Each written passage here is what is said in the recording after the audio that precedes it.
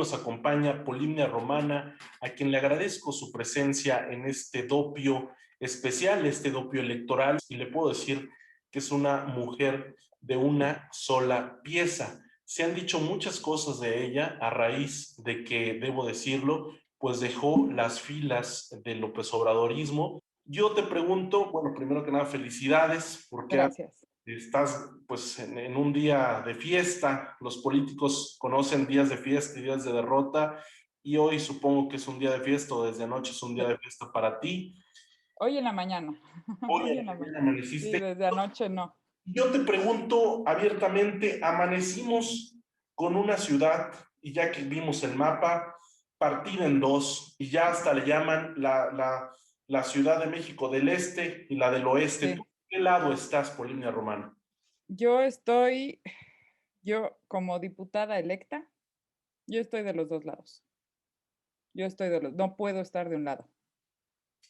Fui electa en Álvaro Obregón, fui electa en el Distrito 18, pero como diputada del Congreso, yo pretendo representar a todos los capitalinos y no solo a los de Álvaro Obregón, no solo a los del Distrito 18, y así debe ser.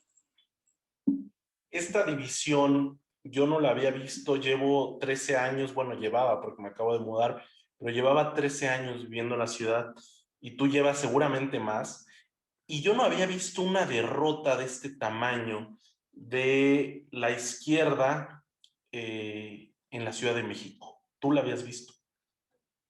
Tal vez si hablas de una derrota electoral, no la habíamos visto, pero la izquierda ya estaba derrotada desde que Morena se forma y desde que Morena decide dejar a un lado a las bases que formaron un real movimiento y elige el camino del partido como cualquier otro, incluso empieza un partido con un espíritu viejo, en lugar de un espíritu nuevo, renovador, sangre fresca, aires nuevos, visión a futuro.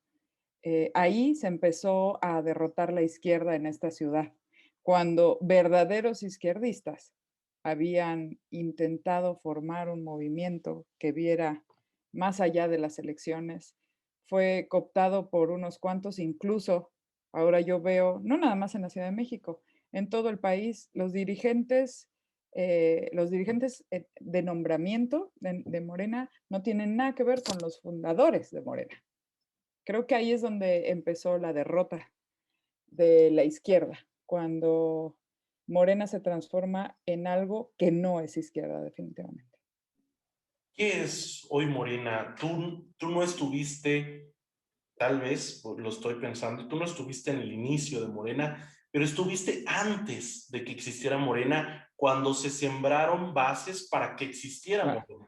Incluso hubo una discusión que tú me dirás, donde se planteó si debería existir como partido claro. o quedarse como movimiento. De hecho, ojalá hubiera sido discusión.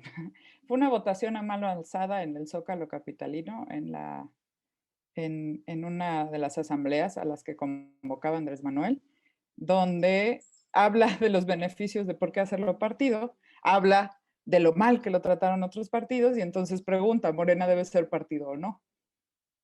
Obviamente, completamente tendencioso el discurso. La mayoría votaron que se hiciera partido, unos cuantos votamos de que no se hiciera partido, porque justamente como yo vi la formación de este movimiento, habíamos visitado, por ejemplo, Guerrero, donde nació el perredismo, donde la formación del PRD hizo que familias se desintegraran, porque se mataron padres, hermanos, hijos en la formación de un partido. Y le decían a Andrés Manuel, esos guerrerenses, no te salgas del PRD porque yo no me voy a salir del PRD. Mi padre dejó su sangre en este partido, yo no me voy a salir. Y también veía en el norte del país que panistas, priistas decían, yo soy panista porque mi abuelo fue panista, mi padre es priista, no voy a dejar un partido, pero quiero estar en su movimiento. Creo en lo que dice. Entonces, cuando él propone que se haga un partido, perdería completamente a todos esos tan valiosos integrantes del movimiento. Por eso yo voté que no, justo por lo que aprendí en esas giras en donde yo lo acompañé. Hoy Morena es un partido que pareciera que tiene 80 años. tiene los vicios viejos, tiene funcionarios viejos, justo de hace 80 años. Y lo que tiene es una manera de ver la realidad de México a través de un espejo que todo lo distorsiona. Lo que habla Andrés Manuel no es la realidad, pero no porque él la quiera mentir, sino porque él hace mucho que no pisa la realidad de este país. A pesar de que lo ha caminado, no escucha. Él solo viaja, él solo recorre los estados y los municipios hablando, pero nunca escuchando. Y ese es uno de los pilares de la izquierda, la escucha, el otro, el verme en el otro. Andrés Manuel lo dejó de hacer hace mucho tiempo. Escucho una Polimnia Romana diferente en el sentido, no me vayan a malinterpretar, diferente en el sentido de que las circunstancias han cambiado, porque cuando platicábamos hace, no sé, yo supongo que fue ya una década, cuando platicábamos en aquel momento, me contabas de Andrés Manuel, la verdad me permitiste comenzar a entender un político que yo en algún momento pensé que llegaría a la presidencia, pero yo te pregunto, para ir atando cabos, ¿cuándo fue que rompiste con ese hombre llamado Andrés Manuel López Obrador, que hoy es el presidente de México? No hubo un día, fue una etapa.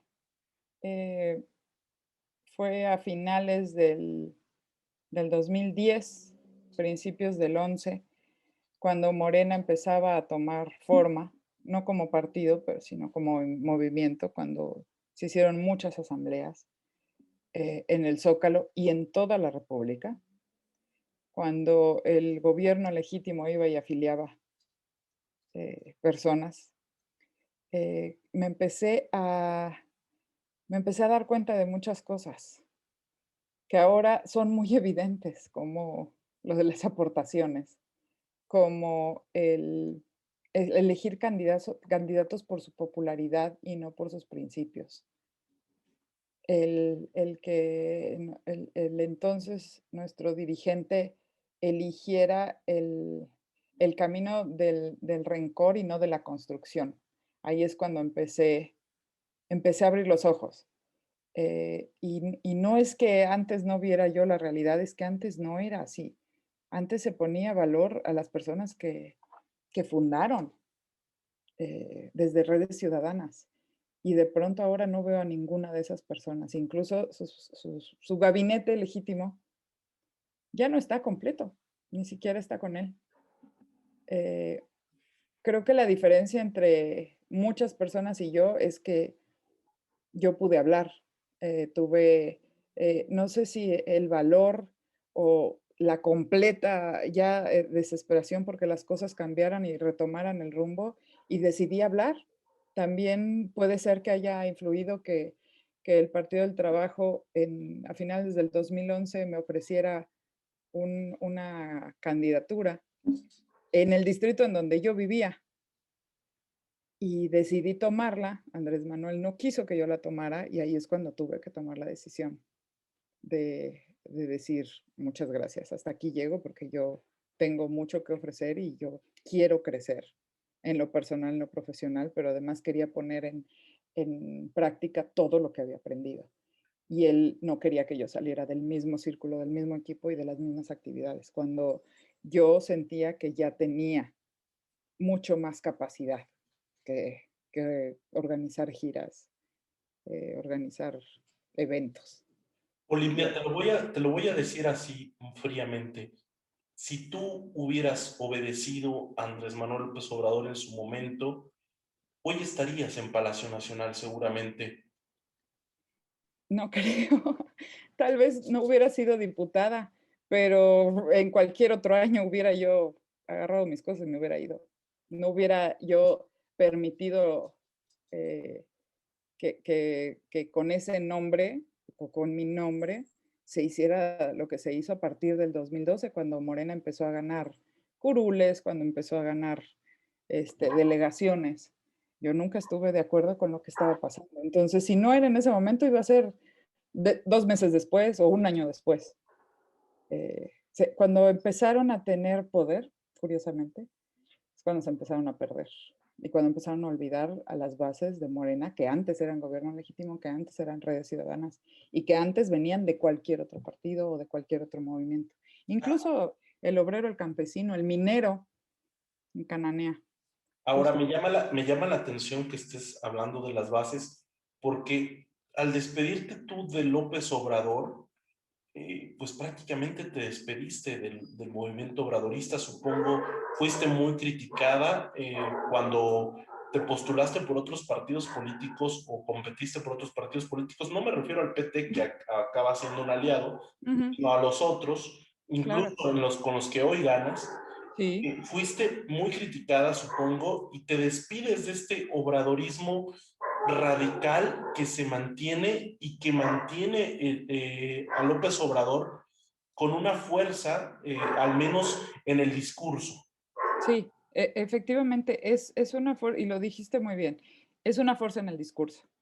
Y es por eso que, por ejemplo, aquí en Álvaro Obregón, hace 3 años, cuando viene esta ola de las elecciones presidenciales, eh, independientemente de que se haya ganado la presidencia, abajo, no nada más en alcaldías y diputaciones, también pasó en presidencias municipales, incluso en gobiernos, donde, bueno, está el caso de Cuernavaca, que gana Morena sin candidato, ¿no? O sea, la ola fue tan fuerte que gana cualquiera, incluso una boleta vas.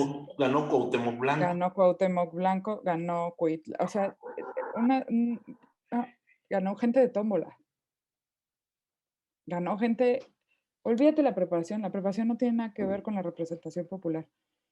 Ganó gente que no es representante popular, que no representa a ningún sector, que no gana ni el comité de su colonia, pero que era amigo del presidente. Nos pasó aquí con Laida.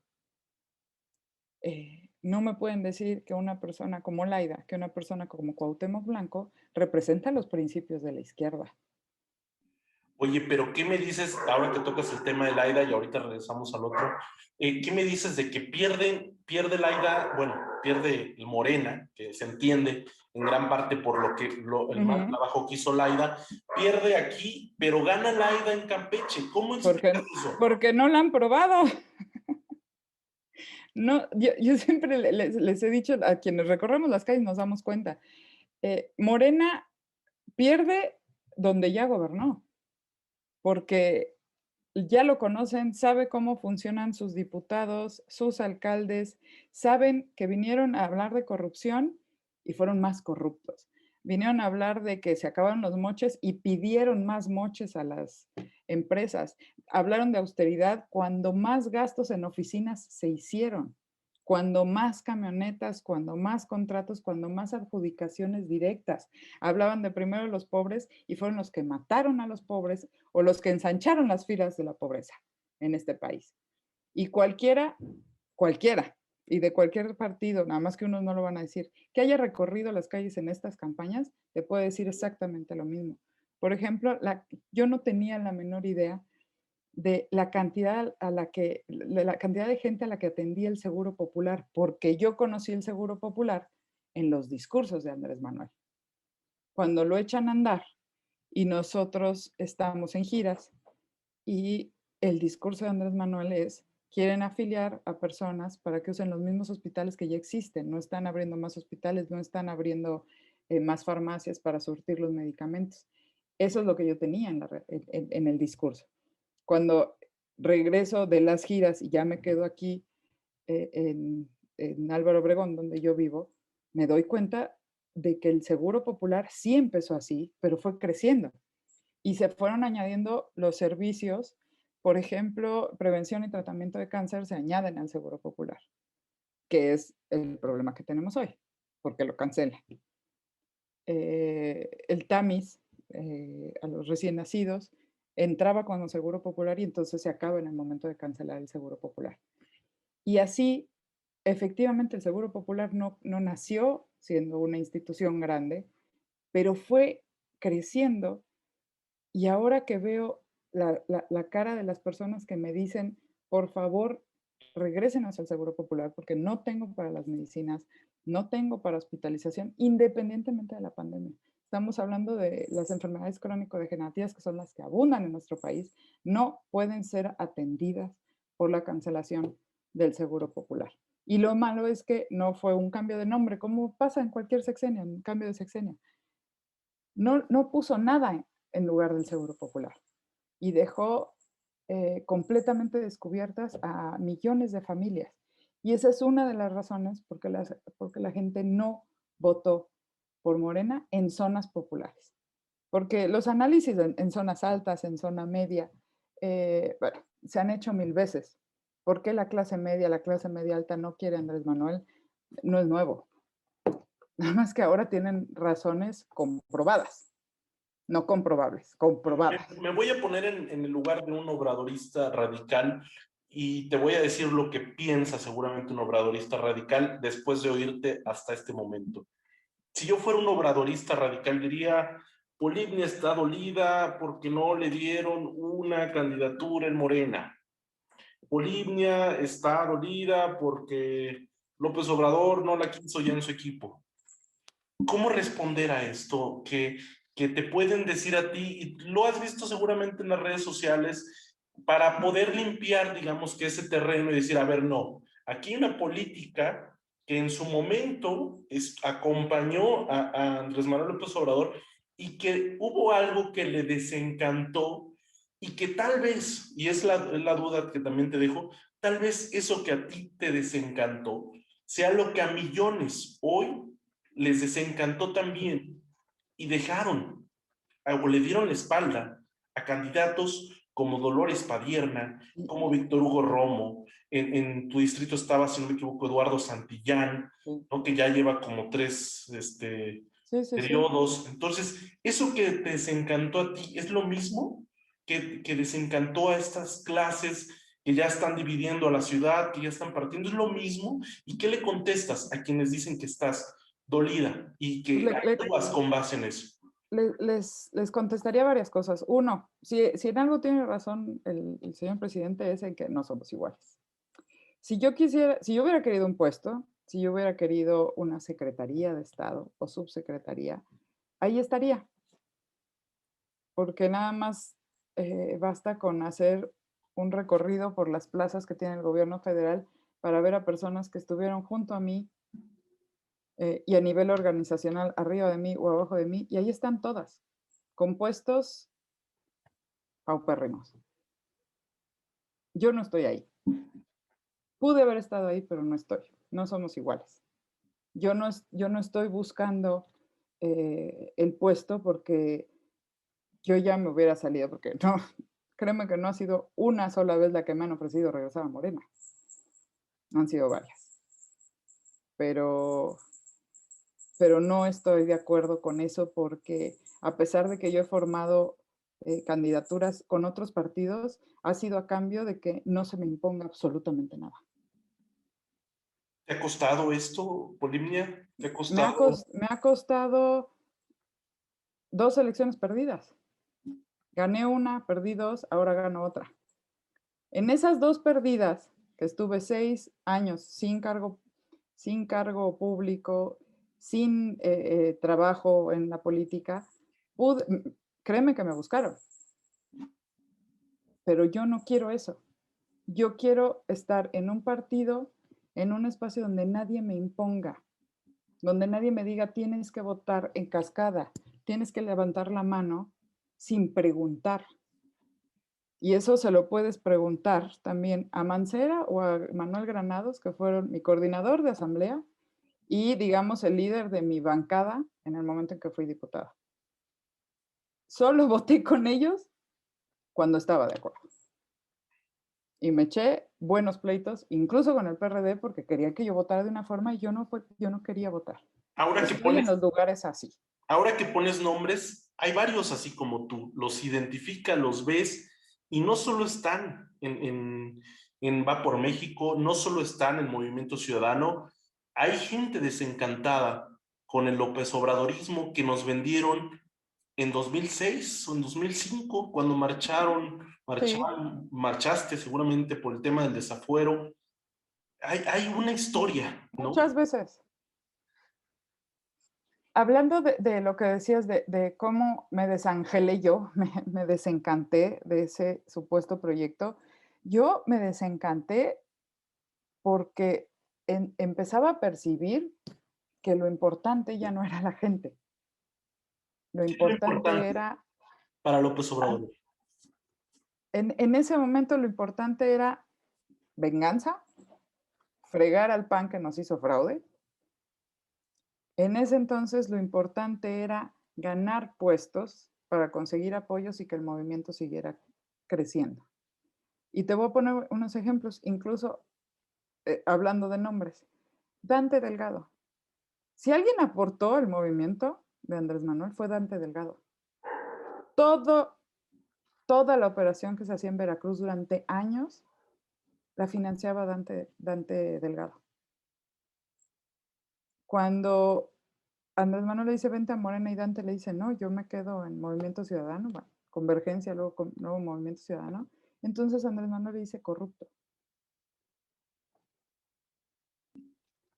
¿Y No, quién lo diría, Polibna, las vueltas que da la vida? Porque Dante Delgado tiene hoy en sus manos un partido que tiene la mayoría. más posibilidades Sí. de competir con Morena en la próxima elección presidencial. Tiene 2 estados, va a tener diputaciones y tiene el Movimiento Ciudadano y el Verde tienen la capacidad de poder hacer esto con el Congreso.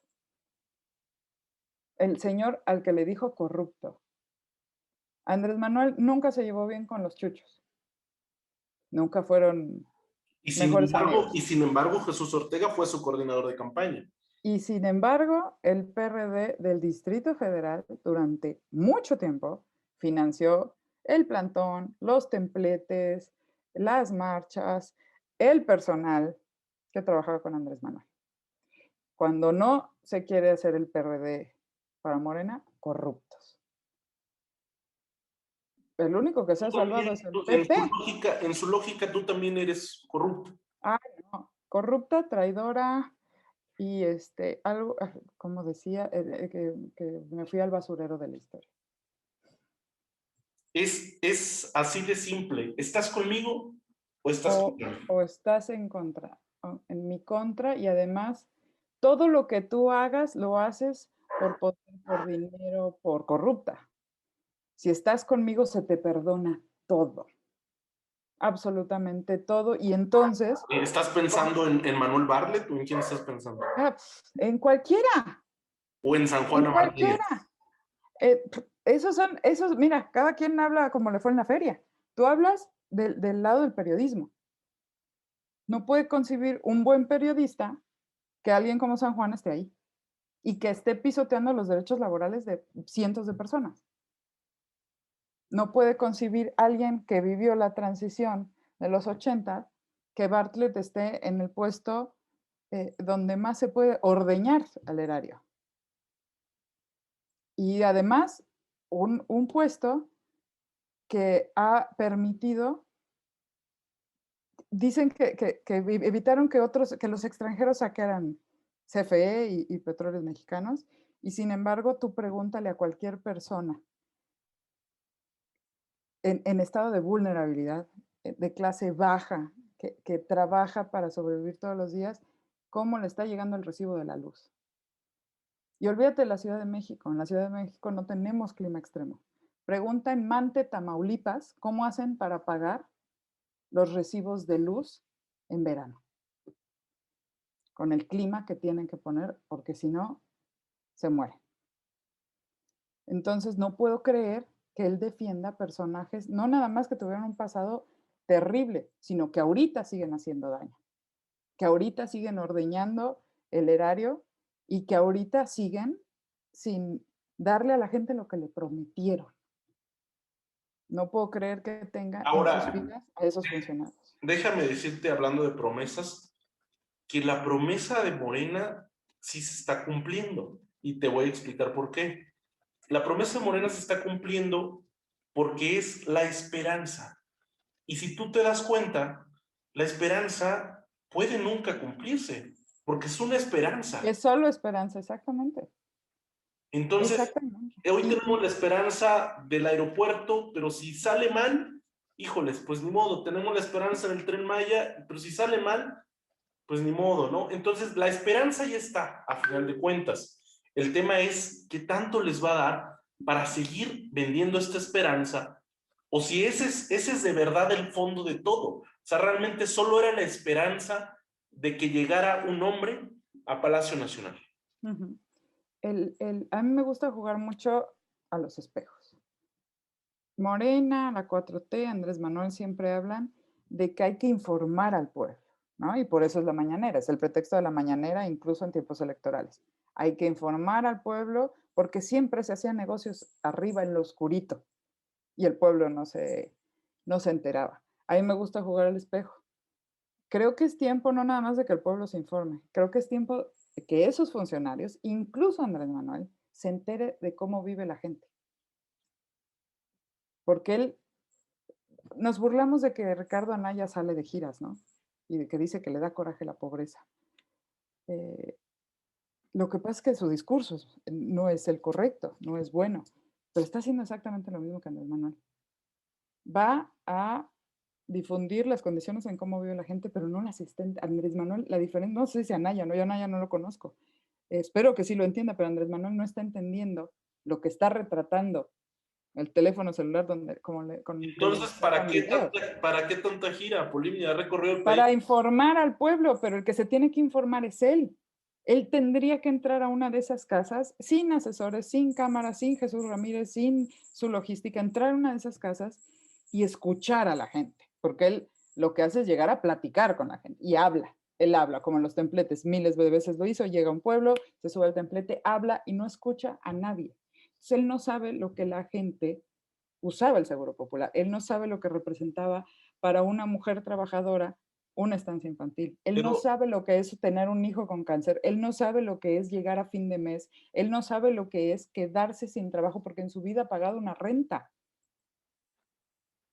Le falta esa realidad, como a muchos otros políticos, no es el único. El problema es que hoy es el más importante. pero dices, ¿de verdad no lo sabe? O sea, ¿de verdad crees que no lo sabe? Él tiene la realidad de hace 80 años. Él cree que la gente, si tiene una oportunidad, puede salir adelante. La gente no nada más necesita una oportunidad.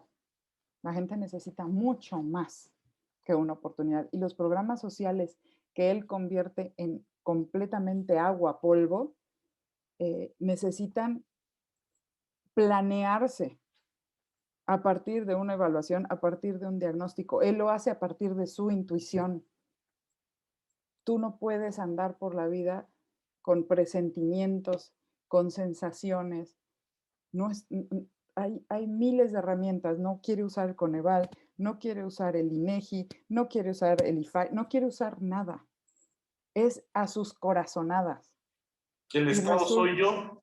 el Estado soy yo decido, pero además, más importante y más peligroso, que él cree, porque lo cree, que lo que él piensa es la verdad y que sus soluciones le van a funcionar a todos los demás. Él cree que de veras las abuelitas tienen que criar a los nietos. Él hace muchos años que no vive en una casa como la mayoría de los mexicanos. Y no estoy hablando que él viviera con lujos, no, hoy sí vive en un palacio real, pero antes vivía en giras, vivía en hoteles, tú lo sabes. Él dormía a veces una vez en su casa. Él no sabe, y lo evidenciaron mucho, cuánto, no es cuánto cuesta el kilo de tortillas, es cuánto tienes que trabajar para que puedas comprar un kilo de tortillas. No lo sabe y no tendría por qué sufrirlo para saberlo, tendría simplemente que escuchar. Y los analistas te rebatirían de una forma diciendo que López Obrador es un representante de ese pueblo de 30 millones que votó por él y que se siente representado por un personaje así en la presidencia. Quitaron a Peña Nieto porque era corrupto y pusieron a López Obrador porque él me representa. Es lo que pedirían los analistas. Sí, y tienen razón. La gente cree que Andrés Manuel los representa. Ellos sienten que Andrés Manuel los representa, porque Y no, al final, el voto no es un asunto ni razonado, ni basado en evidencia científica, en información real. Al final las decisiones, en la mayoría de las veces, las tomamos por la emoción. Y entonces tú no votas, el caso de ayer, la gente no votó, y eso hay que reconocerlo y hay que corregirlo. La gente no votó por un proyecto nuevo. La gente no votó por, ay, el candidato de la alianza porque trae las mejores propuestas. La gente votó en contra de Morena, que es sumamente atípico que un partido en 3 años dé la vuelta. Morena ganó porque la gente votó en contra del PRI, del PAN y de todo lo demás. Así. Porque no me digas que la gente votó por un proyecto de Cuauhtémoc Blanco. No, la gente votó, en caso de Morelos, en contra del PRD. En Veracruz, en contra del PRI y del PAN. No me digas que la gente de veras votó por el gobernador de Veracruz. Entonces me estás diciendo que la gente... Pero Morena en 3 años pasó de ser la opción anti-PRI-PAN a ser, a darle el gane a otros partidos porque son anti-Morena. Pero si yo te compro ese argumento, entonces yo te diría, bueno, entonces la gente no votó por ti. Exacto. La gente votó contra Morena y entonces en automático tú eres una de las beneficiadas de ese voto. Totalmente. Lo aceptas. Totalmente. Lo acepto porque en su mayoría las veces toqué, a veces eran hasta 300 puertas en un día, porque yo recorría desde las 10 de la mañana hasta las 6 de la tarde. La mayoría de las veces la gente no me preguntaba por mis propuestas. Lo que me decía es, ayúdenos a sacar a Morena. Laida trabajó mal, mi diputada nunca vino, mire cómo está mi calle, mire cómo está el drenaje, no tengo luz, me acaban de asaltar, mi hijo se murió de COVID y nunca llegó la ambulancia, todo eso. Pero además no es algo que yo esté diciendo que esté inventando, ay, wow, el hilo negro, no. La mayoría de las veces la gente vota en contra de algo, no a favor. Tendría que venir un proyecto como alguna vez fue Fox, que la gente quería un cambio y que estaba esperanzada. Cuando llega Andrés Manuel en el 2006, la gente quería un cambio, estaba esperanzada. Pocas veces pasan esas elecciones, muy pocas veces. La mayoría de las veces el voto es de castigo para el gobierno. Tendrías que ser un gobierno muy bueno para que ni siquiera, como le pasó a Benito Juárez, el alcalde de Benito Juárez. Hizo campaña, la hizo legal, pero la verdad, podía haber ganado sin hacer campaña. Porque la gente de Benito Juárez está contenta. Hay una patrulla en cada esquina. Es el único que apoyó a los empresarios. Estoy hablando empresarios como Fonda, Tiendita, que les dio su apoyo en la pandemia para que realmente se pudieran cerrar y encerrarse en su casa. Santiago iba a ganar sin hacer campaña. Pero esas son las pocas veces. ¿Mandé? Te ganó 2-1, ¿no? En tu caso, Polibia, para ir cerrando esta conversación que te agradezco, está muy buena, la verdad. Ojalá le sirva a mucha gente para entender el momento que estamos viviendo en México, en específico la Ciudad de México.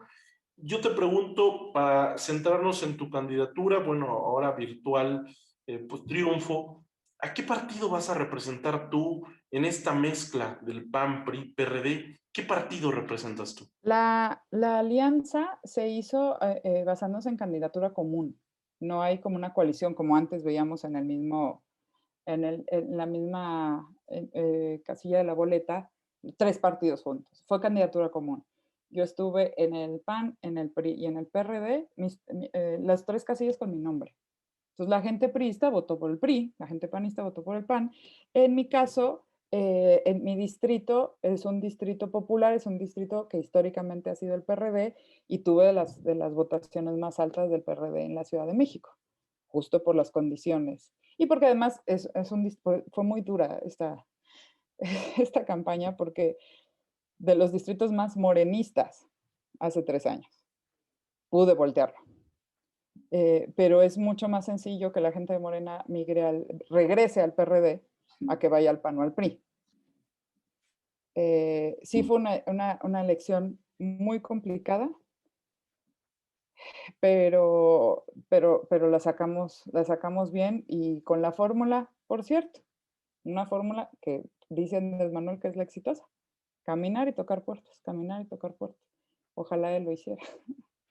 Oye, Polimia, pero por ejemplo en momentos clave, como por Ay, ejemplo, perdón, no te contesté. Yo sí, estoy siglada por el PRD. Voy en candidatura común, pero entonces yo voy a pertenecer a la bancada del PRD. entonces, si hay un tema como el aborto, como el matrimonio gay, vas a votar como votaría una perredista, por así decirlo. Incluso si estuviera siglada por el PAN, así lo Lo, haría. lo harías como votaría Polimia. Como PAN, como PRI o como PRD, yo voto basándome en mis principios, no en un color. Y O sea, esa es la condición que yo siempre pongo. el partido para ti es solo un medio de transporte. Totalmente, es una herramienta a la que tenemos que equipar. Es una herramienta para llegar a las elecciones porque hasta ahora es la única vía para conseguir un puesto de representación popular. Entonces yo no te puedo decir la priista Polimnia Romana, la perredista Polimnia Romana, la panista Polimnia Romana, ¿cuál te gusta más? Me, mm, Polinia Romana, aunque soy orgullosamente el partido al que más he querido, al primero que me afilié y con el que más hago match es con el PRD. Y evidentemente jamás permitiría, y eso lo saben, porque yo no soy un secreto, no soy nueva, ya no estoy ¿Quién dijiste, perdón? chamaca. Digo que incluso para mis compañeros de alianza que me conocen en el Congreso saben que yo jamás permitiría que se echara para atrás el aborto legal en la Ciudad de México. Yo no lo, o sea, pero ni de loca, ¿no? Yo. Ellos me conocen y saben que yo, o sea, que además ya está legislado, pero si quieren echarlo para atrás, yo soy la primera que se va a oponer. La primera que se va a oponer. Igual, matrimonio igualitario, vienen muchas otras discusiones en donde tenemos deuda y yo creo que nos vamos a echar un muy buen pollo, por ejemplo, con las corridas de toros. Es un tema ¿A que no, favor o en contra? ¿A favor o en no, contra? no, completamente en contra. En contra de las corridas de toros. Sí, totalmente. Pero no es un asunto que creo que se deba legislar porque hay 800 prioridades en la Ciudad de México antes de las corridas de toros, pero te lo puedo jurar que lo Pero van a sacar. vende No, mucho. lo van a sacar, vende periódicos, vende entrevistas, vende marchas afuera de la asamblea y vende exposición, ¿no? O sea, esas iniciativas son las que no cambian la vida de los capitalinos, pero que te vende y te posiciona como rockstar. Y de esas va a haber muchas.